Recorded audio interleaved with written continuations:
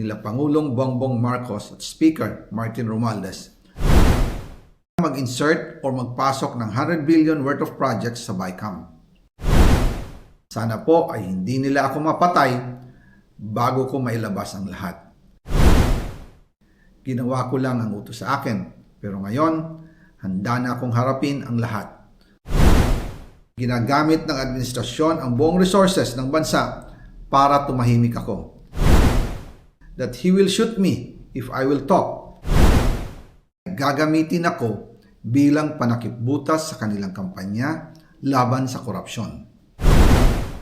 Hindi na ako mananahimik, ilalabas ko ang lahat ng katotohanan. May resibo, may ebidensya, at may pangalan. Para sa bawat Pilipino, alam ko na buo ang galit ninyo sa akin ngayon. Nauunawaan ko rin kung bakit, lalo na at malaki ang halagang nakataya. Pero bago kayo humusga, hayaan ninyong ipaliwanag ko ang buong katotohanan. Matagal akong hindi nagsalita dahil may direktang utos sa akin. Huwag nang bumalik ng Pilipinas at manahimik na lamang. Umalis ako noong July 19, 2025 para sa aking medical check-up. Nakaplanong bumalik pagkatapos ng SONA ni Pangulo. Pero habang papauwi na ako, tinawagan ako ni dating Speaker Martin Romualdez at sinabihan, "Stay out of the country.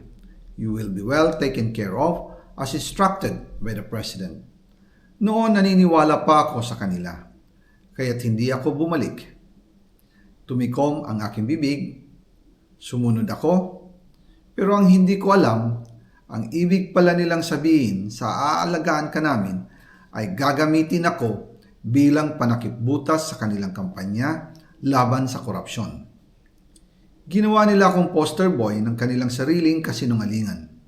Ngayon, hindi na ako mananahimik, ilalabas ko ang lahat ng katotohanan. May resibo, may ebidensya, at may pangalan. Nagsimula ito nung tumawag si Sekmina Pangandaman sa akin nung nag-umpisa ang BICAM process last year, 2024. Ang sabi niya, katatapos lang ng meeting nila ni Pangulo at may instructions na mag-insert o magpasok ng 100 billion worth of projects sa BICAM. At sinabi pa ni Sekmina, you can confirm with Yusek Adrian Bersamin dahil magkasama sila sa meeting ni Pangulong BBM noong araw na yon. Tinawagan ko po agad si Yusek Adrian Bersamin at tinanong ko kung may instruction nga ba ang Pangulo na magpasok ng 100 billion during their meeting. Ang sabi niya ay totoo nga po.